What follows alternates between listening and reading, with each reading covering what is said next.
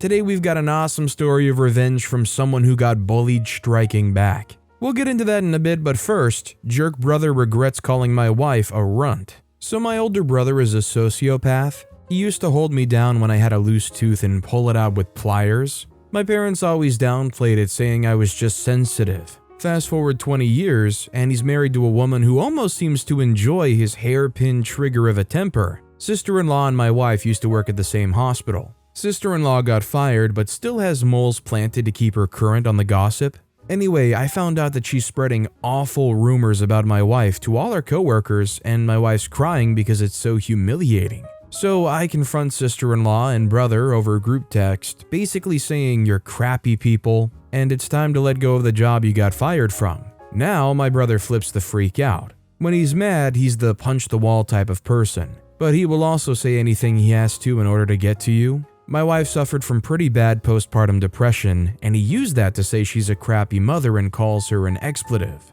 To me, he uses the fact that I struggled with addiction many years ago. Been clean for a long time, but that doesn't stop him from calling me a piece of crap addict and that I will never get to his level of success. A few weeks after the incident, I find out from someone at work that he's running to be elected to the hockey board in our local town. I live in Minnesota, so this is a big deal. Hockey boards are like being in the freaking Illuminati. They're very much narcissistic and think they're better than everyone else because they get a conference room. So I decided to screenshot the texts he sent my wife, and I emailed them to the chairman of the board. I urged him to think twice about allowing someone who calls a woman an expletive and basically has no morals. Hockey chairman gets back to me and says that my brother is no longer in consideration for the position, and that he's forwarding the text to the other board members. My brother is now looked at much differently in the hockey community. He's been ostracized essentially. My brother only cares about looking good to other people, and this completely ruined him. It's a small community.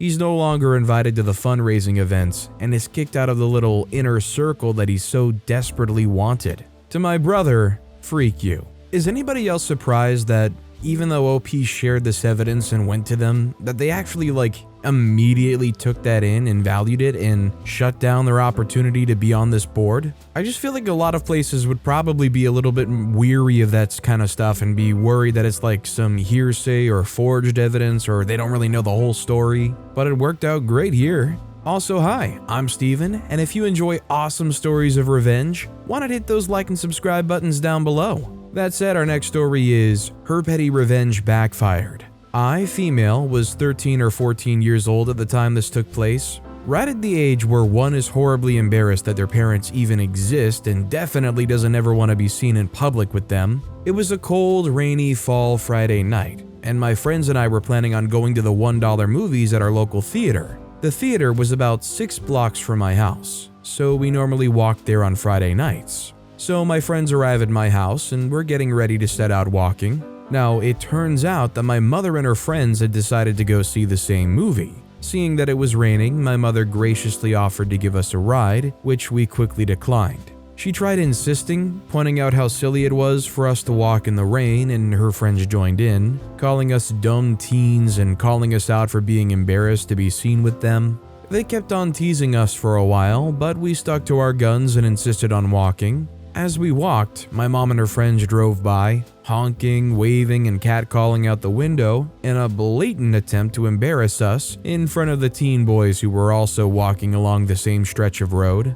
A plan began forming in the back of my mind. So we get to the movie theater, wet and bedraggled, get our tickets, and head down to the front rows of the theater. Out of the corner of my eye, I see my mother and her friends way up near the back row, but I'm determined to pretend like she doesn't exist in front of my friends and various cute boys who also happen to be there. My mom realizes that I'm purposely ignoring her existence, so she gleefully decides that she's going to show me a thing or two. She stands on top of her seat and calls out across the theater in a sickeningly sweet cooing voice, "Hello, OP," while waving both arms above her head to get as much attention as possible. I turn to look at her, smile sweetly, wave back, and without missing a beat yell, "Hi, Grandma." My mom turned bright red and sat her butt right back down in her seat. We've laughed over this story many times in the years since, but my mom says she's learned that day to not poke the bear. I just love how quick this is. This is one of those comebacks that is so good in the moment that like most of the time you don't ever have a comeback like that and you're in the shower later on thinking about the situation like, oh, I could have said this, oh, I should have done that, that would have been so good. Our next story is cut down our tree. The property manager would like a word with you and a check.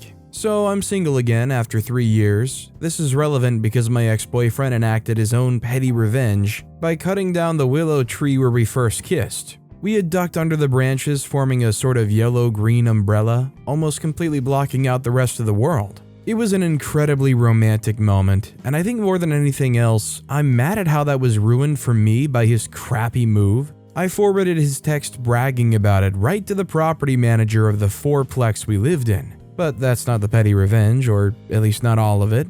A couple of weekends later, I saw him out in the garden with a bunch of tools. He had some kind of roto-tiller thingy that he used to get rid of the stump, a pickaxe, shovels, etc. I learned later that in lieu of being sued and or arrested, the landlord made him clear off the remains of the old tree, excavate the stump, and plant a new willow tree in its place. I assume he had them pay them some money as well, but I have no way to confirm. So the petty revenge, after an entire day of grinding, picking, digging, hauling dirt, etc., he got pretty mucked up. Being the idiot that he was, he decided to come up and ask if he could shower off before leaving, and I said, you can quote me on this, freak no. And so my jerk ex had to put his mud and sweat-covered butt into his pristine Dodge Ram something pickup that he treats like it's made out of cotton wool and needs to be kept in plastic sleeves like a rare Pokemon card. I watched his lame attempt at putting newspaper down on the seat, only to drop 1,000 F-bombs after he noticed the newsprint rubbing off. It didn't make up for the loss of a beautiful tree or how he poisoned one of the best memories I had of our relationship, but it helped to confirm that dumping his butt was the right decision. 1,000,000%. If somebody is that torn up about things that they're willing to cut down a tree just because it has a memory attached to it, you definitely know you dodged a huge bullet. I mean, that is just insane and honestly kind of sad because a poor innocent willow tree was cut down here. This next story is, won't pay me fairly? Good luck on Black Friday. Reason for the revenge. Many moons ago, I worked at a store that was not the best place to buy electronics. I was in the cellular sales area selling cell phones by the seashore. Now, I don't like to brag, but I was really good at my job. I had worked at Radio Shack for several years before selling phones, and I knew all the carriers, all the hardware, everything like the back of my hand. So coming into that store, I had 3 years experience. I worked there for 3 more years. Over that time, I'd become the fix-it guy. I would fix broken accounts, I would solve complicated issues, Geek Squad would seek me out anytime someone ventured near their area with a phone. I trained 12 employees, my assistant manager, and my direct manager, all on how the systems worked and how to sell phones. It was during October of my 3rd year that I became aware of something. I was making ever so slightly less than the new hires I'd been training. Obviously, I did take some issue with this. I had well exceeded my job's roles and description and was frequently acting as de facto manager for my department because my manager would ask my opinion on all phone-related issues and would immediately enact that opinion. So I decided to make a reasonable ask. I was at the time making $15 an hour. The new hires were making $16 an hour. The highest pay for my job role at the time was $17.50 an hour. I decided to ask our GM to put me on the high end for my job role. I wasn't asking for a promotion. I wasn't asking for anything in excess of what I should logically be making. Paul, the GM, is what a human would be if one were to be crafted entirely from cardboard. He had a monotone voice, and I had never seen evidence of him having emotions in the 3 years I worked for him. So I asked Paul, name not changed, to put me on the higher end of the pay scale, and I laid out my case. 1, I was making less than the new hires despite 3 years of tenure. 2, I had trained all the new hires, my assistant manager, and my manager. 3, I was a valuable asset to the team since I knew every nuance of my job. I have long since forgotten the specific words, but I will never forget how I felt. Paul spent 15 gosh darn minutes walking me around the circumference of the store, making a multitude of excuses as to why they couldn't pay me fairly, as well as a multitude of platitudes as to why I should be content with what I was getting. Truth be told, I had tuned him out by minute 2 of his monologue and was already internally planning my revenge. My revenge was simple. I quit. As you may suspect from the title of the post, I quit the day before Black Friday. I spent the rest of October job hunting, and I made sure I had interviews lined up. The job I got after that, while more lucrative, was significantly more soul-sucking. After which I moved on to my current job, which is both lucrative and fun. 2 days before Black Friday, I rolled up to Paul and informed him of my imminent departure. I was very pleased to get the exact reaction I was hoping for. His eyes went wide, and his face somehow went even whiter. Some say that a new shade of white was produced that day, one that Anish Kapoor was immediately banned from even observing. He didn't sputter, but his voice did crack slightly. He was desperately trying to keep his composure. Paul said, "Well, that's a shame. Right before Black Friday?" I said, "Yep. Normally I'd give 2 weeks notice, but these are the circumstances, I'm afraid." Paul says, "Well, is there anything we can do to get you to stay?" I said, "Well, you could have bumped my pay when I asked, but as it stands right now, no." Paul went silent and I said, "Welp, good luck with Black Friday." Now, I'd like to say that I slept in on Black Friday since I was no longer working. That would be a lie. I went shopping, like a good American drone, and picked up a rain jacket for pretty cheap, then swung by Best Buy for a cheap TV. Things were chaotic. I have a question here. Is it worth slightly showing your hands when you're initially asking for that pay bump? You know, saying something like, "Yeah, I think this is more than fair wage for what I'm doing. I might just have to look for a job elsewhere that pays me fairly." Or is that just too much when you're asking for the raise? I suppose it could handicap your ability to have any kind of revenge, and they might be able to compensate if they try to react fast enough, I suppose. I don't know. Our next story is Petty Revenge. I used to work in an office with Gary, who was the absolute worst. He hated that I was female and 10 years younger but was technically his superior, and took every chance he got to avoid having to do things for me. He dragged his feet on anything I gave him, and if I asked for something by a certain day or time, he would complain to his boss since he essentially saw us as peers.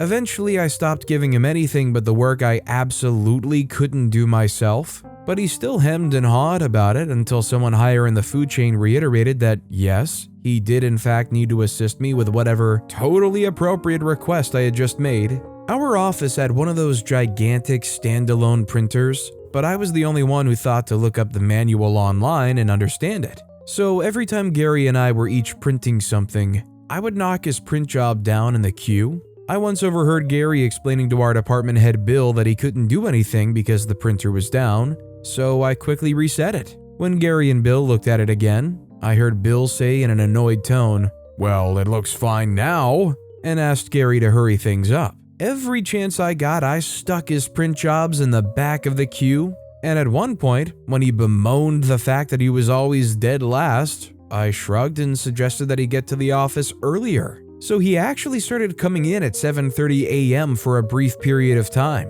The most memorable thing I did was to switch Gary's print job to tray 4, which was considered the crappy tray, since it was slightly out of alignment and tended to crease the paper, and he accidentally printed what looked like an entire ream of creased hot pink literature for a board meeting because the last person using that tray had been printing breast cancer awareness flyers. I just love that OP has enough time and so little supervision that they can go around and do this revenge. The fact that this guy isn't like watching like a hawk over their print job after they get bumped back so many times. Like if I was in Gary's position, I'd be like, something's gotta be up here, I can't always be last. Our next story is, lock me in one more time. I used to live in a multi-level apartment complex in a large city that's well known for having very expensive car parking. I had 2 dedicated car parking spaces, back to back, allocated to my apartment. I used to sublease the car park space to a friend that would park his car on work days.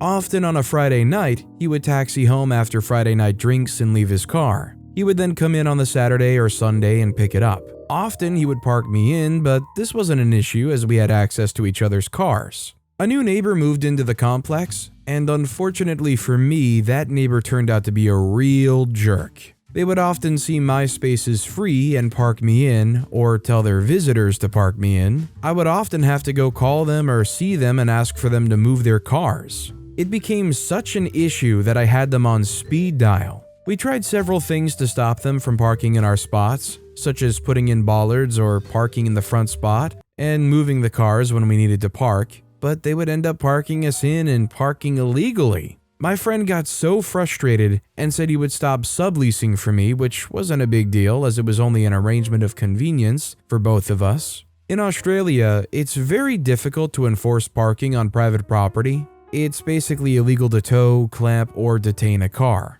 So building management couldn't really help besides putting warning stickers and writing letters. I talked to a lot of the residents in the complex and they were having the same problems. Cue revenge. I joined the Strata Committee, which consists of all the owners, and after 6 months got elected as the president, which wasn't hard as only a handful of residents would actively participate. I then got the common areas, which included visitor parking, to be managed by the council. We had to pay a fee, but it was worth it. When council started to patrol the common areas, the offending cars got fined pretty heavily until they were removed. I saw at least 5 tickets, each approximately $250, on 3 of the cars. In addition, one of the cars wasn't even registered and was ticketed for abandonment and eventually removed. This didn't resolve the private car parking issues, so I had bylaws drafted that if residents let visitors into the private car park instead of using visitor parking, their access would be reassessed. This meant that their access fobs, keys, would be disabled until the residents confirmed and accepted the bylaws. This meant that the offending residents, which were renters, were constantly calling their landlord and complaining as we disabled the fobs every time we caught them using it to let visitors in. Of course, it took 24 hours and an administrative fee to reactivate the fobs. Eventually, I got the car park upgraded and the car park key fob system removed and replaced with number plate identification instead. I've since moved out, but as I still own the property and I'm still on the Strata Committee, I'm still well informed. I'm happy to report that there are no more parking issues. 100% this would suck if you pay for a spot and you can't even use it or you can't even get out of it because some jerk lets their buddy in who doesn't live there and doesn't pay for any of those parking spots to block your car in. Our next story is the best way I ever dealt with bullies. When I was in 7th grade, I used to play paper football with my friend every day at lunch. You know, the game where you flick a triangle of paper between the goal posts made by your opponent's fingers. Well, this pastime was inevitably noticed by a couple of bullies that had been troubling me for years. They began to steal our football each day. This happened for multiple days in a row. They would approach, steal the football, ridicule me, and then throw the football away. I began to become increasingly frustrated, as this was only the most recent in a long line of indignities inflicted upon me by these two. I decided that I would get my revenge. My first thought was to fill the meaner bully's locker entirely with paper footballs. I figured if he really wanted my paper footballs, he should have them, right? That night I enlisted my mom's help, and we spent several hours folding paper. It quickly became apparent that my original plan was overambitious. The sheer volume of paper that filling an entire locker would require was more than we had on hand, to say nothing of the time and effort it would require.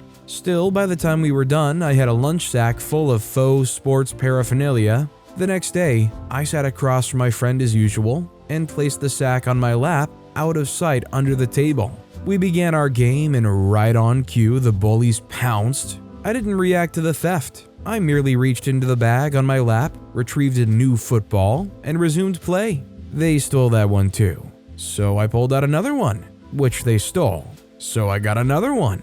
They took that too. This went on for the entire lunch period. The lead bully would steal the ball and pass it to his minion to throw away. I would produce a new ball, and it would immediately be stolen and passed to the minion as soon as he got back. Every time this happened, my friend would urge me to pull out another one, I hadn't filled him in on my scheme, so he was delighted every time that I did. By the time lunch was over, all 4 of us were laughing too hard to even speak. The bullies didn't say anything to me as they left, simply shaking their heads while grinning in disbelief. My friend only said, "That was awesome," when all was said and done. I still had about 15 footballs left. Those 2 particular bullies never bothered me again. Not just during lunch, but ever. I don't know if this is technically qualifying as petty revenge or not. My original idea of filling his locker certainly would have, but I think it evolved into something better. I had a lot of run-ins with bullies over the course of my school career.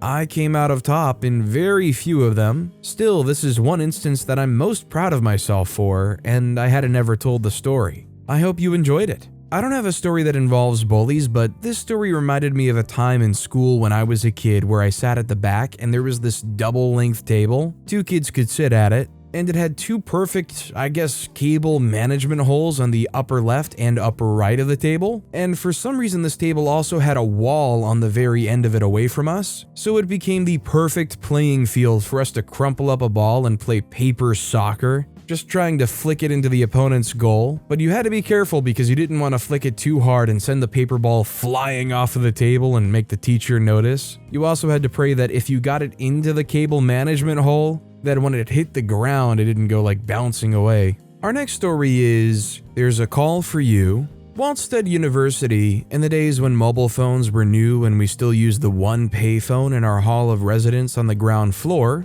I was on a 6-week placement. If you failed it, you weren't allowed to progress to the next year, so it was really important. The guy in the room next to me kept playing his music at all hours and walking off to chat to his mates, leaving it playing. Myself and another friend, also on placement on our floor, politely asked him to be reasonable and keep the noise down at night, as we needed to sleep and be professional the next day on placement. He couldn't care less, and we were really getting stressed about it. I was chatting about it to a friend who worked as a security guard at the university halls of residence, and he asked if I wanted to complain about it officially or off the books. I didn't want to cause my neighbor any official grief, even though he was being a jerk. Plus, I didn't want a confrontation or any comeback whilst on placement. My friend said, "Leave it with me and I'll fix it." When my friend was on his next shift, he checked that my neighbor had settled in well after midnight and was all quiet, so began his plan. He took the payphone off the hook and left it hanging. He then walked up to our 3rd floor and knocked on his door. My neighbor answered and was told by security that the phone had gone and it was a friend of his asking to speak to him, but they didn't leave a name. He didn't have much money, and what money he did have was running out. My neighbor ran downstairs and picked up the hanging phone. Just the pips. My friend had obviously run out of money. He walked back up and went to bed. My mate returned an hour later, knocked on his door, waking him and told him his mate was back on the phone. He ran downstairs but was too late. His friend had run out of money again. He walked back upstairs and settled in. An hour later, same thing, only this time he realized what was going on and why. He apologized to my security friend and promised to keep his loud music to a decent level in time. The following day, the neighbor, to his credit, apologized and never kept us awake all night again. Well, it's nice to see that sometimes jerks can have a change of heart. It's just a little sad when they have to recognize it and deal with it themselves before they actually understand and adjust away from being a jerk. This next story is, be careful how you treat the fat kid. You might not know what he knows. High school was weird for me. On the one hand, I was a part of all the sports teams except hockey and hung with the popular folks. On the other hand, I was fat and was the comedic relief for almost everything. Mr. Punchline. Either the one delivering the roast or getting roasted. My weight was usually the main point. Quick enough to always say something funny back or roast someone, but was always conscious that I wasn't in the group because I was the cool guy, which tempered my responses from being too rough. Still, I thought that I'd built some friendships. My mistake. One day after football practice, a few of my teammates, and at the time my best friend, let's call him Jake, were talking about some rumors that were circling around from a party that they went to that weekend. Never mind, I wasn't invited. But let's just say 2 people in relationships were caught in a room doing relationship things by the people they were in relationships with. Juicy story, but throughout the space of the conversation, relationships in general came up.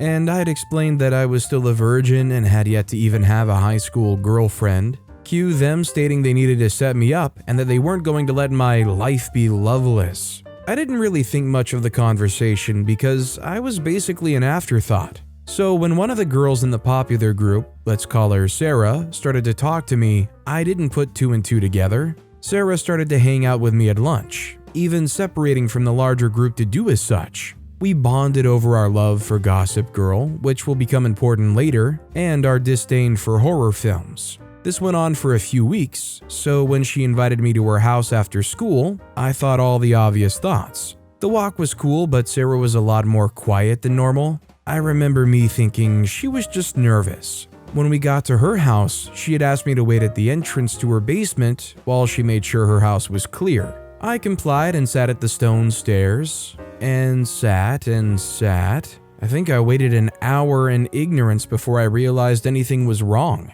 This was 10 years ago, so that 1 hour was a true 1 hour. My little BlackBerry phone was drier than dry, and my parents were not about to pay for anything but talk and text. I tried calling her but got no response. Even still, I waited maybe 20 minutes more before I left. I remember thinking maybe her parents just grounded her or something happened. But the next day at school, I would be able to ask her. Well, the next day happened and I was getting more looks than I normally would. Snickers here and there made me more self-conscious than anything, again, assuming it was about my weight. It wasn't until lunch that another friend, let's call him Rashad, pulled me to the side and showed me a Facebook group I never knew existed. In it were multiple videos of me sitting on the stairs over the course of that hour and 20 minutes, putting on lip balm, picking my nose, and doing a pit check.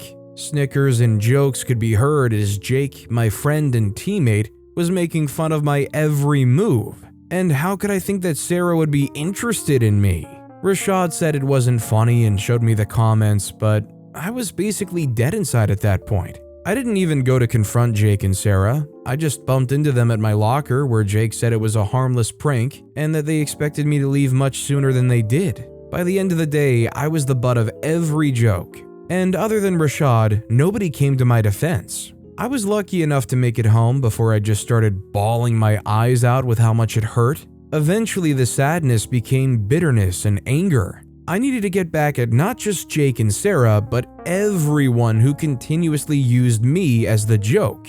I just didn't know how to do it. Funny enough, I'd rented the whole 6 seasons of Gossip Girl from the library, and in the middle of watching it, I came up with a plan. I took a pen and paper and wrote down every single piece of gossip I knew, and I knew plenty. Being a fly on the wall in popular groups, you would be amazed at how loud secrets could be told, and how many didn't know who was listening. 2 weeks later, the Crapbalker Twitter post went live with Jake being the center focus. He was getting tested for an STD not many people knew about, and that he definitely didn't want to be public knowledge. The football star had been around, and when that went live, chaos ensued. It only took his absence and a few girls' conversations, and now it was confirmed. He came back a few days later, and when he was getting those same looks I'd gotten with him being the butt of the joke. I loved every second of it. He went on a warpath trying to find out who the Twitter page belonged to,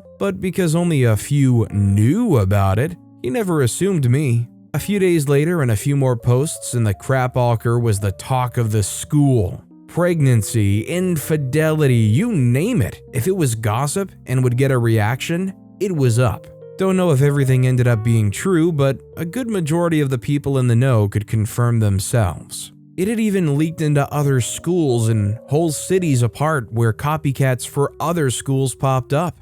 Nobody trusted nobody for a while, and instead of jokes made about me, the focus was the gossip and the dirt people were doing or a part of. Eventually, the gossip ran out and it became a roasting page before it was taken down for bullying. But for maybe about a month, that page was the only thing high schoolers in my area wanted to talk about. All because a fat kid was joked on. I wouldn't really say that I was really bullied in school, but I was the kind of person that hated almost any attention, so when you have attention on you that is definitely making you the butt of any kind of joke, especially because of your appearance or who you are. You absolutely despise it, so I can't blame OP for wanting their revenge and doing what they did here. I'm just surprised all these people went around blabbing all these secrets out loud enough for OP to pick up on it. I mean, these people just lacked any awareness. A car is on fire. Someone had posted about people parking too close to them in garages, and it reminded me of this story. I think it fits here.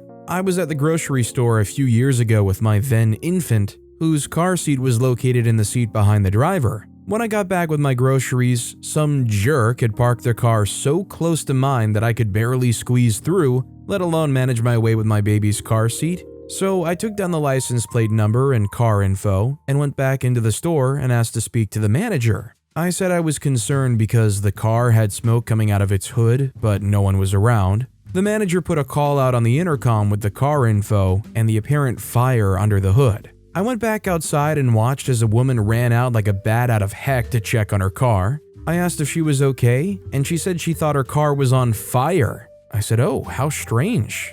Good thing it isn't. Hey, while you're here, mind moving your car so I can get to my side? You're parked a little close." She was apologetic and still fazed by the announcement probably. I'd like to think that she realized later on that it was probably me who put in the fake announcement. Honestly, I think this is a pretty good revenge. I don't know if I would have the confidence to be able to go forward with it, but I mean, it's pretty darn effective, right? I'm just surprised that nobody else was rushing out to check on it. When you say a car's on fire in the parking lot, I feel like just about anybody that might be in that parking lot, or maybe even some employees that maybe have access to a fire extinguisher, would be making a mad dash. Even just spectators wanting to come take a look at it, right? That said, our next story is, I forgot to pack them. Sorry. This feels like a petty revenge to me and wanted to share. A few years ago, I went through a divorce. It ended because he was cheating on me and still denies it. The affair partner and him were married and had a baby less than a year after our divorce, so you tell me.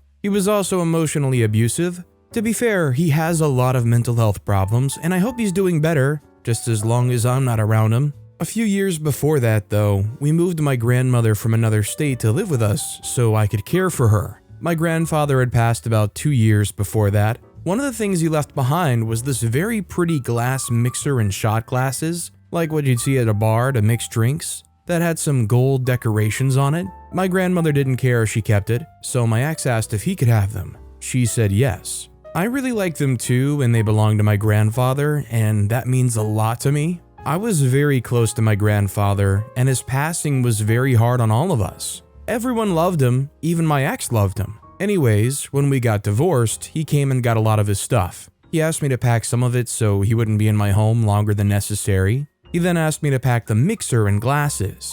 At first, I said sure, but the more I thought about it, the less I wanted him to have them. They were my grandfather's. They're very fragile, and packing them would have to be done carefully, and they could still break if one wasn't careful. And to be honest, I don't trust him to not break them on accident, so I kept forgetting, as I had no way to pack them properly. Inevitably, he had gotten 99% of this stuff, and it was basically understood that everything left was mine, and I never packed them. He had asked me a couple of times, and I made excuses. Been 4 years, and they're still proudly displayed in my home. Way I see it, it's payment for what he put me through, and in my honest opinion, they were more mine than his. Petty? I think so, absolutely. But oh well, I'm content. Yeah, in this situation, I think OP has honestly more than enough right to keep those. I mean, it was their grandfather's, and if that means a lot to OP, why should they have any guilt about keeping it for themselves rather than giving it to their ex, who wasn't even related to the person who originally owned them? Our next story is, I skip songs to make my bio mother unhappy while I drive. This is something that I've been told is super petty by some friends. For reference, I have a really bad relationship with my mother. Not to get into here, I've always tried my best to avoid her, but my grandparents, who raised me, are very old and traditional and believe in the whole, she's your mother, we just have to love her and take care for her and forgive her, words that I've taken almost exactly from their mouths. I got my license when I was well into being 16. She didn't help at all with my hours. She didn't want to help me at all. The only thing she did was take me to the DMV, but I did everything myself, and my grandparents paid for it. My mother's always been a terrible driver and gets really nervous on highways. She's an even worse passenger. She is the worst passenger I've ever had or seen in my life. She has always had the rule that the driver gets to choose the music in the car. This resulted in me listening to awful songs that I grew up hating and being told to suck it up. I grew up with a taste in different music than what I was forced to listen to that she, unfortunately, knew and liked some of those songs too. The first time I drove in a car with my mother, she was rude, very unnecessarily scared to be my passenger, slamming on invisible second brakes, screaming and shouting at the top of her lungs, hitting me and making passes for the steering wheel. It made me mad as I already had my license and everyone, including her, had told me that I was a really good driver. We were driving through the mountains, so there was no radio. On the way back down the mountain, I was playing music from my phone plugged into the car, and I could hear her singing along. My mother thinks that she's an amazing singer who could have been famous in another life, and that her voice is one of the best around to be heard. It is not. So when I realized she was singing along with my song, I got mad and skipped it. It caused her to let out a little "aww" and slouch a little. That made me very happy. So the entire ride, any song that she started humming, singing, tapping her fingers with, anything at all, I would skip it. It made her very annoyed and sad, but it was doing wonders for my mood. So I kept skipping songs, and it got to the point where any song that I knew, she knew I would skip just for the fun of it. She tried to bring it up, and I countered with the fact that my entire life, she said that the driver gets to pick the music, and she can't change her own rules now. That made her very mad and me very happy. Ever since, it's been something I do with her, and only her. Anytime she says something annoying in the car or makes me mad or is just a bad passenger, it doesn't happen very often as I'm an adult now and try my best to avoid her in literally every situation, but when it does happen, it makes my day. I definitely understand being frustrated with somebody enough to be like totally satisfied that you're kind of just letting them down a little bit. But I don't know what it says about me, but I feel like in that situation, even if I had it with this person, if they were starting to get into the music and I skipped it and they slouched and did the little "aww"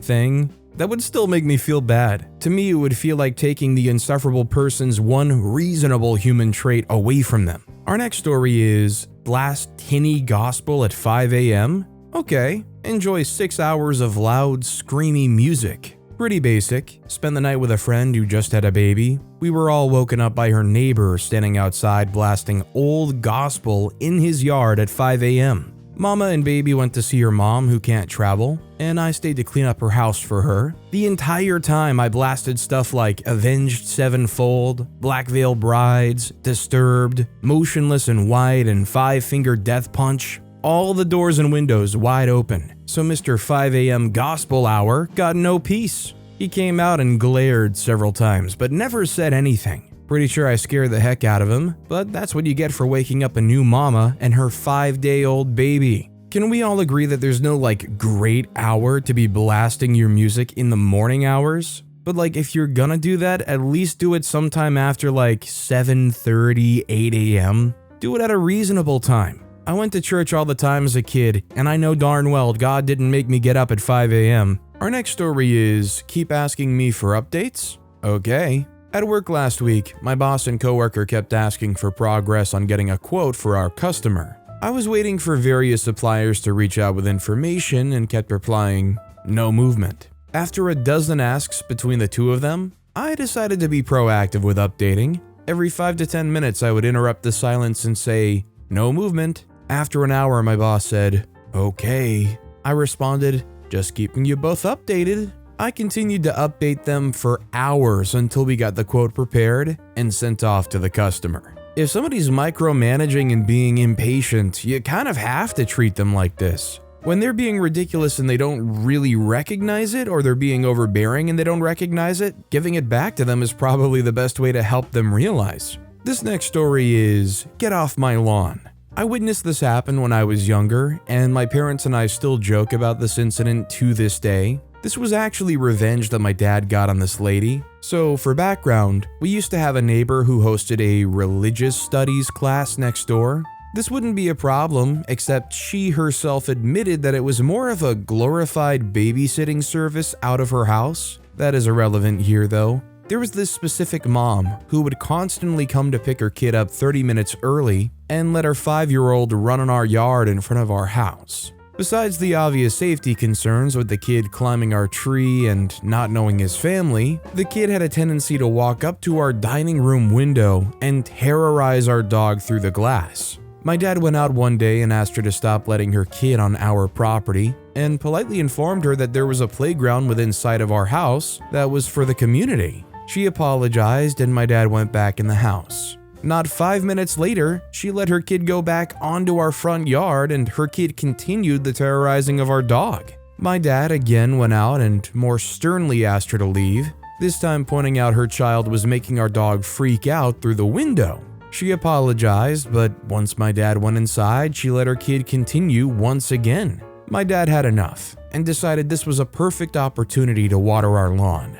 She was pretty upset because her phone got wet and her kid was upset because he got wet too. She nor her kid did not touch our property again. I guess this just goes to show that sprinklers, if you can afford them, are a worthwhile investment if you have a bunch of people that don't respect your bounds of your property. Although I do think it's pretty impressive if somebody goes to the lengths of buying sprinklers, not necessarily for any landscaping type thing, but just to keep people off of their lawn or some kind of revenge. Our next story is, won't turn your radio down? I work as an electrician in a major metropolitan area. Many years ago, I was part of a big crew working on a years-long project for a multinational's pet food brand. Factory, research, offices, etc. One building was for research and development. Because this was essentially a lab, it had tons of dedicated circuits, which are where one outlet is fed by one breaker in the panel. Because of this, we were pulling tons of wire through conduits.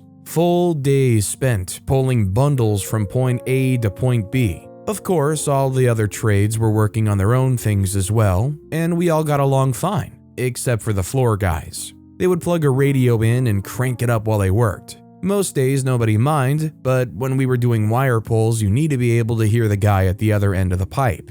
Basically, they have to pull when you feed and you need to be able to shout stop or okay, etc. So we asked nicely if the floor guys could turn the music off, or at least down, while we were doing this. They refused. I remember one guy saying, "We gotta have our jams, man, we can't work without them." An old timer I worked with, I'll call Ollie, was cool but took no crap, and he hatched a plan. The floor guys plugged their radio into the same plug every day. Ollie had me find which circuit controlled that plug and told me to get there a little early the next morning, so I did. The next morning, Ollie had the 277 volt panel opened up, as well as the 120 volt panel that fed the plug the floor guys used.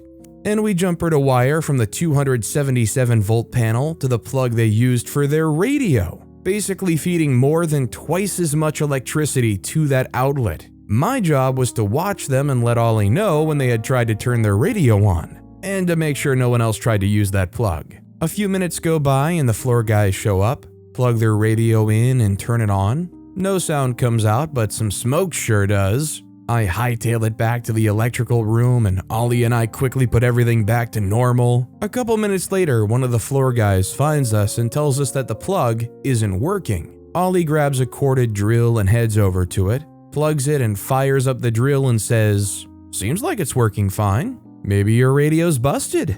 And as he heads back, I hear him say, "Let's see if you can't work without your freaking jams." We finished our wire pulls in blessed silence, and that radio never worked again. Whether you're working on the job site or you're just commuting in public, can we all kind of agree that people who loudly play their music are just kind of the worst? I swear I've heard construction going on recently in my area, and they were blaring music from that job site, and it was some of the weirdest music I've ever heard, just blaring. Our next story is short story, Revenge Fridge. My then girlfriend and I lived in a house with very sloppy and rude people. There were a lot of us, and one fridge didn't cut it. My girlfriend bought a used fridge out of pocket so that she could store her and my food, with the understanding that if there was room, others could share. Typical them, they took it over, and again, hardly any fridge space for us. After a series of conflicts, they voted us off the island and we scrambled to move. We didn't have room for the fridge in our next place, but we did have one thing, the knowledge of which breaker it was connected to.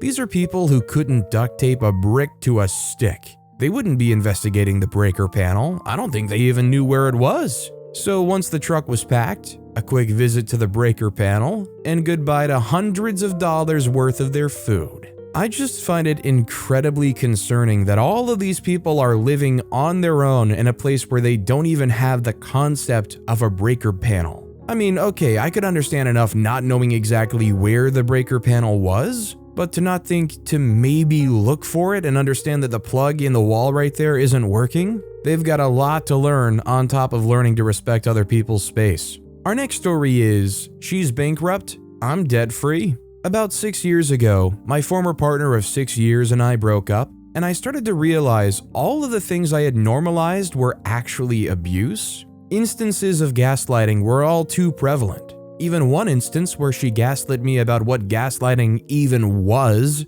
Financial, she could spend what she wanted. I had to ask permission. Even limiting time that I spent with my family and my best mate. There was more, but that's enough of that. After we broke up, I realized that money I had continued to place into our joint account wasn't going to the mortgage as promised, but was going to shopping, paying for her new partner who, it turned out, was on the scene months before we split and wasn't the first, and payments to her lawyer. When I found this out, I called the finance company handling our mortgage and told them I would no longer be making payments. I told them they could seize the house if they wanted, but my half of the payments would cease immediately until I'd recouped the money stolen, roughly 5 months worth of payments. They said I couldn't do that. I told them to watch me. Soon after that, when the debt letters and dishonors started, the texts, phone calls, and voicemails from her started, I ignored every one. 2 months in, I heard her car broke down badly because she couldn't afford to maintain it. Not long after that, she filed for bankruptcy. A month later, she moved out and I got my house back. I cleaned it up, changed the locks, got my mortgage back in front, and recently my wife and I sold it for a tidy little profit. She got nothing. Not a dollar, not a dime. She has no usable credit rating, and my wife and I are debt-free with a deposit on our new home. Feels good. I'm just not understanding why none of this didn't immediately kill OP's credit score. Like, it was an obligation for both of them, right? Like, both of their names would have been on this. Why would it only affect her and not OP? Not only should OP feel like they got away on top, but they should feel like they got incredibly lucky for not being held, as far as their credit goes, responsible for this. This next story is accidentally deleted post. Brother is still a jerk who called my wife a runt and now regrets it. My older brother is a sociopath who used to hold me down when I had a loose tooth and rip it out with a pliers. My parents always considered me sensitive for some reason. Fast forward 20 years, my wife and sister-in-law used to work at the same facility, but sister-in-law got fired. Sister-in-law still has moles planted to keep her current on the gossip that occurs. I happened to also work at the same facility and got wind of some terrible rumors that were going around about my wife. Of course, spread by sister-in-law, because she's the type of person to stir the pot and encourage my brother's hairpin temper. After 20 years of this, I finally got tired and sent a group text to brother and sister-in-law, basically calling them out for spreading rumors and that it's time to let go of a place you were fired from years ago. Everyone in life was always afraid of confrontation with him, so he got used to not having any repercussions for his actions.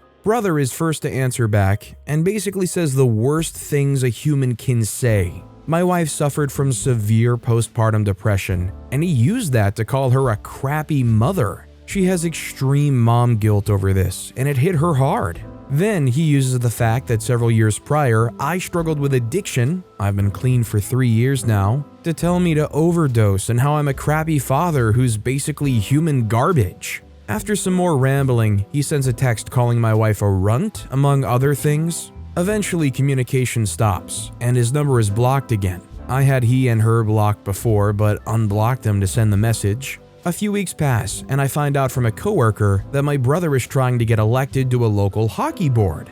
Now, for context, I live in Minnesota where hockey is God. Seriously, being on the hockey board is like being in the freaking Illuminati. They're typically pompous, wealthy jerks who think they deserve special treatment because they have a conference room. If this happens, my brother will relish the new facade he's putting on. So, I screenshot the text messages he sent and email them to the hockey board chairman. I urge the chairman to reconsider allowing someone who openly calls women runts to be around children, as well as having input into the goings-on of the community hockey arena. Chairman turns out to be super cool and assures me that my brother is not only out of the running, but the messages have all been forwarded to the rest of the board members. Brother is now ostracized from the hockey community, and everyone knows the real him. He was very good at acting like a saint around other people, but the real him was finally exposed. And the one thing his narcissistic butt wanted more than anything in the world was gone. I shiver to imagine what would have happened had he made the board. So again, to my brother, freak you. I think there's definitely a great level of appreciation for the hockey board chairman in understanding and validating the things OP was concerned about here. I mean, obviously it just seems like the right thing to do for the chairman, but in bureaucracy, there seems to be a lot of overlooking some crappy behavior sometimes. I'm just glad a position that influences or affects the community in any way is not going to be touched by some scumbag like that. Our next story is, ice cream truck got on my last nerve. After my second marriage fell apart, I moved in with my mom for a year. Summer came and an ice cream truck started coming through the neighborhood twice a day. The driver decided that the best place to stop was right in front of my mom's house. The song his truck played was Music Box Dancer, and he kept it playing for the whole time he was there, which ranged from 20 to 30 minutes. It was maddening. I asked him if he could shut it off after 10 minutes, since by then all the kids knew he was there. He told me to go freak myself. I worked second shift, so I was home during the day. My boss had a buddy who drove a delivery truck for a company that sold exactly the kind of stuff you would buy from an ice cream truck. He was more than happy to sell me whatever I wanted at wholesale cost and gave me some of it for free. My mom had a chest freezer conveniently located in the mudroom on the side of the house. I talked to some of the neighbors about what the guy had said and how I planned to get my petty revenge. When they heard that he had dropped the F-bomb in front of little kids, they were all on my side. They already didn't like him because he was gruff, unfriendly, and just generally ill-suited for a job that involved talking to people, especially children. Word got around, and whenever the truck showed up, the kids would all go right past him and line up at the side door of my mom's house. My mother was 100% on board. She was next level petty and was delighted to help out. I would take orders, and she would pull the stuff from the freezer. One of the neighbors had warned me that she'd been threatened with fines for selling homemade ice pops without the appropriate permit the previous summer. So I just gave away that crap for free. Some of the parents would give their kids money to tip me though. I still lost money, but no more than $3 or $4 a day. The second day I was doing it, the driver confronted me and asked me what the freak I thought I was doing. I said, I tried talking to you like a grown-up and you acted like a child. This is what you get. Now get off my property. He made some threats of physical violence, and my mom called the cops. He was gone by the time they showed up, but they took statements from me, my mom, the dad next door, and a couple of the kids who were waiting for their ice cream when he made the threat. He didn't own the truck, and a bunch of parents called the outfit he worked for to complain about him swearing and threatening violence in front of their kids. We didn't see the truck for about a week and a half, and when it started coming around again, there was a different person running it. The jerkwad was charged with making terrorist threats. The dad from next door and I got subpoenas and testified against him. He was able to plead it down to harassment, but he had priors, so he still got a fine and 6 months probation. The new driver was an older guy. He loved kids and the kids loved him. I shut down my operation and gave the rest of my stock away when the neighborhood had a block party the weekend before school started. OP is 100% the type of person you want in your neighborhood, just trying to look out for the community as a whole and also completely making the days of all of these children, especially the ones that might not have been able to afford that ice cream. Our next story is, I watered some hicks today. So today is a national holiday in my country. There are festivals going on that lure lots of people to the city, slowly getting a little intoxicated through the day. I was chilling with the balcony door open when 4 loud male youths making their way to the music stopped under the balcony to roll a cigarette or a joint or something. I could hear their conversation. They sounded like village tough guys, hick accents, big talk about how tough they are and stuff. It started with things like, "I could totally beat up the whole of rival village. I won't, but I totally could," to stuff like, "I wouldn't beat up a girl again, I promise that." Well, okay, maybe if she's an expletive. Listen, if a female junkie comes close to me, I'll beat the crap out of her. I'll break her face on my knee. Yeah, 'cause they aren't women anymore anyway. This was when I emptied a bottle of water on them gross little boys. I expected backlash, but they immediately ran off screaming some obscenities. Yeah, sounds to me like they're all bark and no bite. Just kind of flexing themselves up all around amongst each other, but if push comes to shove and something went down, they'd probably run for the hills then too. This next story is, if you want to back into a parking spot, just do it. Don't blow your horn and aggressively tell the people behind you to pass by first. Pulling into work this morning, I was behind a car that was obviously going to back into a parking spot because of the way she positioned herself and the fact that her reverse lights came on. I politely waited on her to make the maneuver, but she just sat there. I waved and smiled at her and told her to go ahead and back in. She blew her horn at me for a long time and aggressively waved me to drive on. I could see her mouth form the words, "You stupid jerk." So I pulled into the space she was about to back into, got out, and told her good morning as I walked by. I just don't understand what this lady's problem was. Was she like too embarrassed to do her parking job with an audience? Was she like afraid that she was going to mess up because somebody's watching or something? I don't know. But with that being said, that's all the time we have for today. Now, if you want to hear another awesome revenge story, check out that video on the left. Or if you missed my latest video, check out that video on the right. That said, I'll see you all next time with some more stories.